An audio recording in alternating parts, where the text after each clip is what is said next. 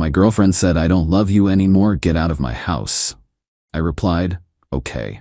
Then my lawyer sent her an invoice for the $50,000 in renovations I did on her home. She was left frantically screaming on the phone that I was suing her.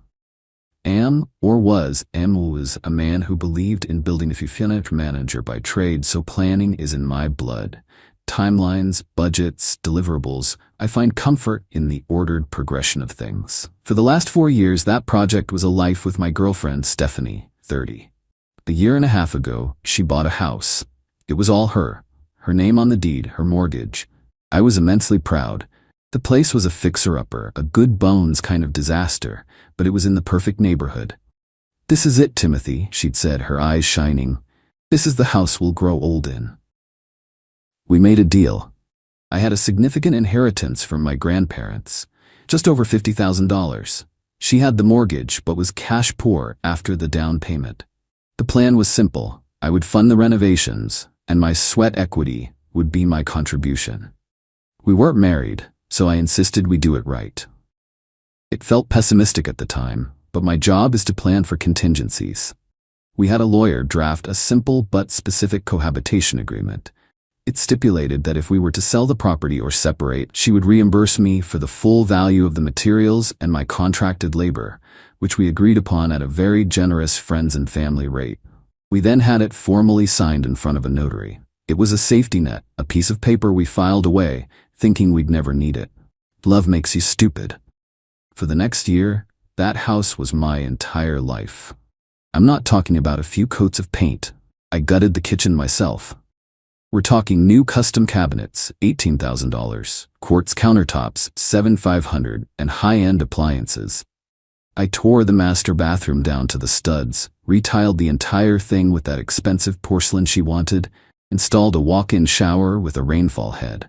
I spent 2 months of weekends landscaping the backyard, building a deck, and planting a garden.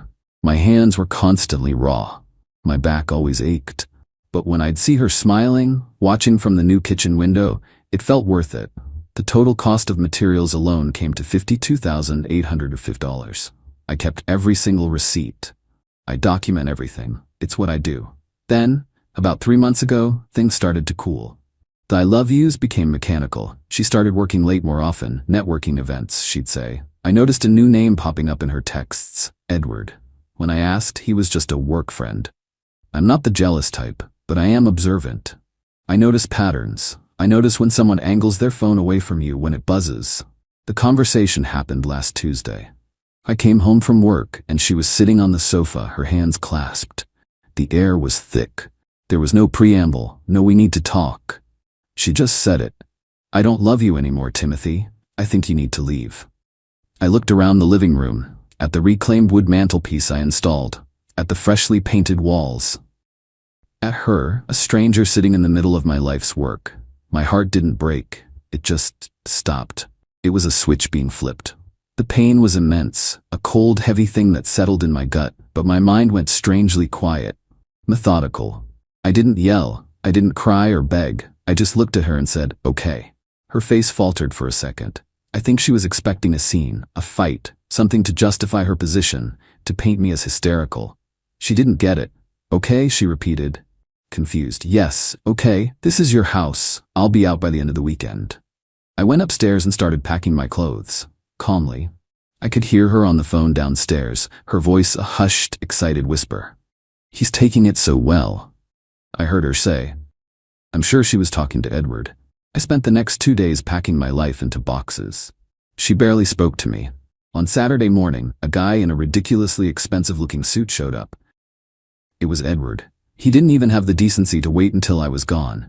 He stood there, appraising the kitchen, and said, "Wow, Stephanie, you did an amazing job with this place." He left his muddy Adidas sneakers on the new rug by the door. I finished packing, loaded my car, and left her the keys on the counter. I didn't say goodbye. The first thing I did Monday morning wasn't look for an apartment. It was a phone call to a lawyer my firm keeps on retainer. I explained the situation, forwarded her the agreement and the folder from my cloud drive containing a detailed spreadsheet. Every receipt was scanned, every expense was dated, every hour of my labor was logged. There were before and after photos with timestamps. My lawyer, Rebecca, was silent for a moment after reviewing everything. Then she just said, "Oh, he's a planner. This is beautiful." On Tuesday, exactly 1 week after she'd told me to leave, Rebecca sent a registered letter to Stephanie. It contained a formal demand for payment of $52,850 for materials, plus a separate invoice for the contracted labor we'd agreed upon, totaling just over $75,000. It also included a copy of the agreement we both signed.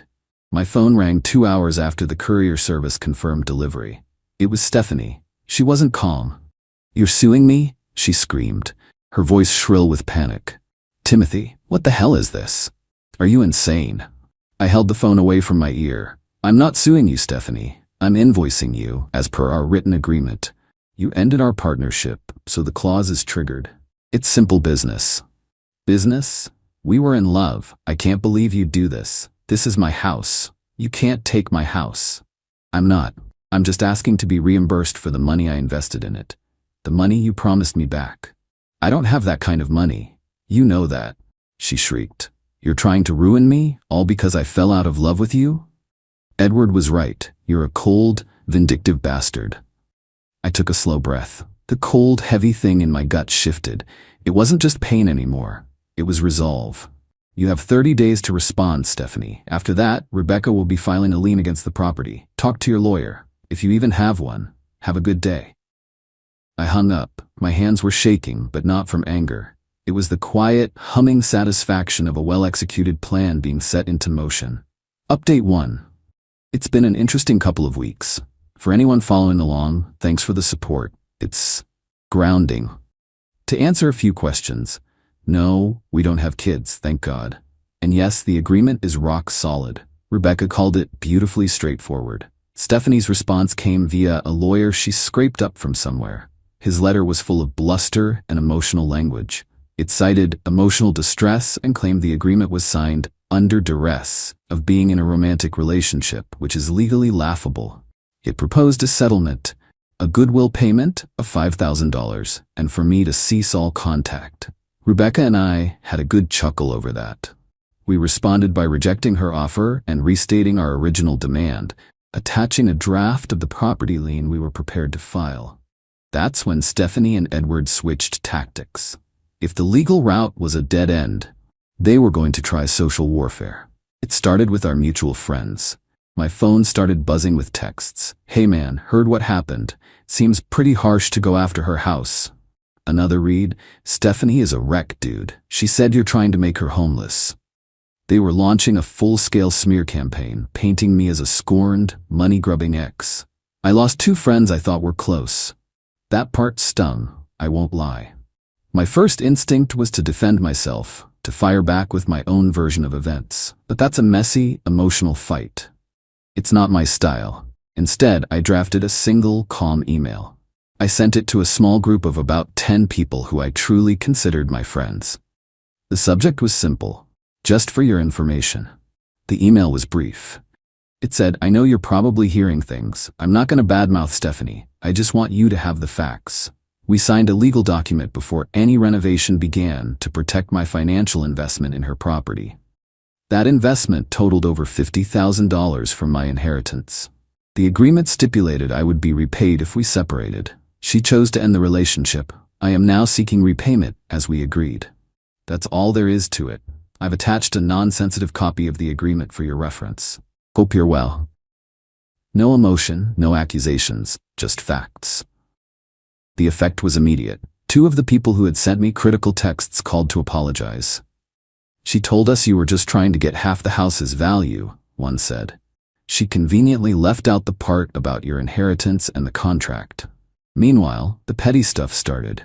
I realized she was still using my premium Spotify account, so I logged all devices out and changed the password. The family plan now consists of me, my sister, and my dad. He's really getting into 80s synth pop. Then my mail started being returned to sender. A quick online form with the post office set up permanent mail forwarding. Problem solved. The real escalation came last Friday night. I'm staying in a short-term furnished rental. At 9 p.m., there was a pounding on my door. I looked through the peephole, and there they were. Stephanie and Edward. She looked frantic, her face pale and blotchy. He looked furious, ready for a fight. I opened the door just a crack. Stephanie, you were instructed to communicate through my lawyer. I am not paying you $75,000, Timothy, she said, trying to push the door open. I held it firm. Edward stepped forward, puffing out his chest. He was taller than me, but softer. You need to back off, man, he said, trying to sound intimidating. You're harassing her. We can get a restraining order. On what grounds? I asked, my voice level. For asking for my money back? You're on private property. Please leave. This is insane, Stephanie said, her voice breaking. I loved you. I gave you 4 years of my life, and you're reducing it to an invoice? This was the moment. The brief flicker of vulnerability. For a second, her words hit a nerve. The pain was still there, raw and real. I did love her. I thought we were building a forever. But then I looked at Edward, standing beside her, his hand on her back, and the cold resolve washed back in. You gave me 4 years? I replied, my voice dangerously quiet. I spent a year of that time breaking my back to build your dream house with my grandfather's money. The home you are currently living in with him. So don't talk to me about what was given. You have been served a legal document. If you continue to show up here, I will be the one calling the police. Now get off my doorstep. I closed the door and locked it. I leaned against it, my heart pounding. I took out my phone, where I had been recording the entire exchange. My state is a one-party consent state for recording conversations. I emailed the file to Rebecca with the subject line, "For your records, they violated the no contact request." Her reply came 10 minutes later. They are so stupid. This helps us immensely. Get some sleep. Sleep didn't come easy, but the satisfaction did. They aren't methodical, they're hysterical. And they're building my case for me, one dumb mistake at a time. Update 2. The plot, as they say, thickens, and the antagonists, as you might expect, get dumber. After their little uninvited visit, Rebecca sent their lawyer a sharply worded letter. It mentioned the harassment, the recording of said harassment, and the fact that his client was violating the very legal channel he'd insisted upon. His response was notably more subdued this time. All communication would now be strictly formal. They were feeling the pressure. Then Stephanie did something truly desperate and monumentally stupid. I got a call from a detective with the local police department. He was very professional. "Sir, we're investigating a report of theft filed by a Miss Stephanie Benson. She alleges that when you moved out, you took several high-value items that belonged to her." My blood ran cold for a second. He listed the items: a specific brand of smart TV, a designer coffee table, and a set of antique lamps. I took a breath. "Detective," I said, "I have a feeling I can clear this up for you very quickly. Can I email you some documents?" He gave me his email address. I went back to my cloud drive, to the folder labeled Move Out. Before I packed the last box, I had walked through that entire house with my phone, taking a detailed video inventory of everything I was taking. I narrated it as I went. Taking the 65-inch television model number XYZ, purchased by me on May 12, 2023. Here's the receipt. In the video, I literally held the receipt from my files up to the camera. I did this for every single significant item I owned. The coffee table, the lamps, my tools, everything. I had also kept the original receipts for all those items, which were in a separate subfolder. I zipped the video file and the receipt folder and sent them to the detective. I also included the original demand letter from my lawyer to provide context for the situation, highlighting that this accusation only came after she was asked to pay me a large sum of money. I got a call back an hour later. The detective sounded tired. "Mr. Hayes," he said, "thank you for your thoroughness. I think it's safe to say this case is closed. Have a good day." Filing a false police report is a crime. Rebecca advised against pressing charges. It would be a distraction, but the fact that the report now exists and was proven false is another beautiful piece of evidence of her malicious intent. Now for Edward, the smug, suit-wearing consultant.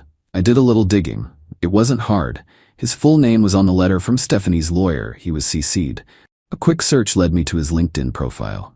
A big, prestigious financial firm. He had a picture of himself and Stephanie on his profile. They were on the deck I built. His caption, "Enjoying the view from our new home with the love of my life, blessed king of the castle." The entitlement was staggering. He was using the very house at the center of a legal dispute as a prop for his professional brand. I didn't engage with him directly. That's not the play. The play is to let the system do the work. I sent a carefully worded, anonymous email to the general HR and compliance address listed on his company's website. Subject: Potential Code of Conduct, Reputational Risk Inquiry. To whom it may concern, I am writing to bring a potential issue of concern to your attention regarding one of your employees, Mr. Edward Vance. He is publicly representing a property as his new home on professional networking sites like LinkedIn. Please be advised that this specific property is currently the subject of a significant legal dispute, including a pending property lien related to fraudulent claims over renovation funds. The owner, Ms. Stephanie Benson, is also involved in a now dismissed police investigation for filing a false report related to the property. An association with such a contentious and potentially fraudulent situation could present a reputational risk to your firm's integrity. I am merely providing this information so that your organization has full awareness of the situation Mr. Edward Vance has involved himself in. Sincerely, a concerned party. I attached the screenshot, a redacted copy of the lien notice, and the case number from the dismissed police report. I sent it from a new, anonymous email address and then deleted the account. The effect wasn't instantaneous, but it was decisive. Within a few days, Edward's entire LinkedIn profile was scrubbed. The picture, the hashtag, all of it. He was clearly trying to hide the evidence after the fact. Then, about 2 weeks after that, I heard the news through the grapevine. It came from Stephanie's older brother, George. I'd always liked him. He called me out of the blue, sounding exhausted. "Timothy," he said, "I don't even know what to say. I'm so sorry." "George, what's going on?" "My parents are at their wits' end. Stephanie is a wreck. I just found out the full story. A friend of ours you'd sent that email to finally showed me the contract. Stephanie told us you were just trying to steal the house." He sighed, a heavy, weary sound. "And that Edward character? He's gone. Apparently he lost his job over this whole mess and dropped her like a hot rock. She's telling everyone he abandoned her, but from what I can piece together, he was just a rat leaving a sinking ship." And there it is. Her social pressure campaign completely reversed. Her own family knows the truth. Her new man is gone, a casualty of his own arrogance, and she's legally cornered. The walls are closing in, and I didn't have to raise my voice once. Final update. It's been 4 months since I packed up my life and walked out of that house. I'm writing this from my own apartment, a place I chose and furnished myself. It's smaller, but it's peaceful. It's mine. The final act didn't happen in a dramatic courtroom showdown. It was far more banal and, in a way, more brutal. It happened in a sterile, beige mediation room. Stephanie was forced into mediation by her lawyer, who clearly knew she was about to get steamrolled in court. She sat across the table from me, next to her lawyer. She looked thin and tired. The defiant anger was gone, replaced by a sullen, hollowed-out bitterness. She wouldn't make eye contact. Rebecca laid out our case with cold, surgical precision. The lawyer drafted agreement, the spreadsheet with every single receipt, the photos, the video inventory from my move-out, the harassing voicemail, the recording of their visit to my apartment, the dismissed police report. It was an avalanche of facts, and Stephanie was buried under it. Her lawyer tried his best, feebly arguing about the emotional context, but the mediator, a no-nonsense woman in her 60s, wasn't having it.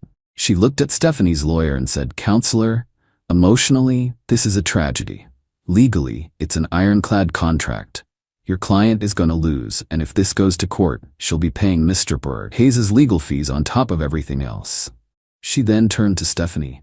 "Ma'am, your options are limited. You can either agree to a settlement today, or you can have a judge order you to do the same thing in a few months after spending thousands more on legal costs." That's when Stephanie finally broke. She started crying, a quiet, defeated kind of crying. "I don't have the money," she whispered. "I can't afford it." The mediator looked at her paperwork. "You have a home with significant equity, thanks in large part to the very renovations you're being asked to pay for. You have assets." The endgame became brutally clear. To pay me back, she had to sell the house. The house she kicked me out of. The house she chose over me. The house she brought Edward into. Her lawyer negotiated. We agreed to waive the additional labor costs if she agreed to the full $52,850 for materials and signed a sale agreement within 30 days. It was a mercy I didn't need to offer, but I wanted it to be over. I just wanted to be done with her. She signed. The house went on the market 2 weeks later. With the new kitchen, bathroom, and landscaping, it sold in 4 days for $120,000 more than she paid for it. After the mortgage and closing costs were paid, the remaining funds went into an escrow account. From there, my lawyer was paid and a check for $52,850 was cut to me. The fallout was complete. Edward is long gone, a footnote in this mess he helped create. According to her brother George, Stephanie is renting a small apartment in a less desirable part of town. She had to sell most of her new furniture to cover her legal bills and security deposit. Their friend group is fractured. Most of them saw the truth and distanced themselves from her. Her family is helping her, but their relationship is strained. She remains bitter, convinced that I am the villain who actively ruined her life. She will never see that her own choices, her entitlement, and her betrayal were the architects of her downfall. I was just the one who sent the invoice for services rendered. Last week, I deposited the check. It felt quiet. There was no triumphant fist pump, no surge of victory. It was the calm, clean feeling of a project finally being closed, a loose end being tied up. The money is just money. I'm putting it towards a down payment on my own place. A condo, maybe. Nothing that needs renovating. The pain of the betrayal is still there some days, a faint scar that reminds me to be more careful with my heart. But it no longer dictates my actions. I didn't get revenge. Revenge is a hot, messy, emotional act. What I did was colder. It was an audit. I simply presented the facts and let the consequences unfold naturally. I let the system work. I'm moving forward. I'm dating again, slowly. I'm focusing on my career. And sometimes, when I'm sitting in my quiet, peaceful apartment, I think about that beautiful kitchen I built, and I smile, because I know I have the skills to build it again. But next time, it will be for me.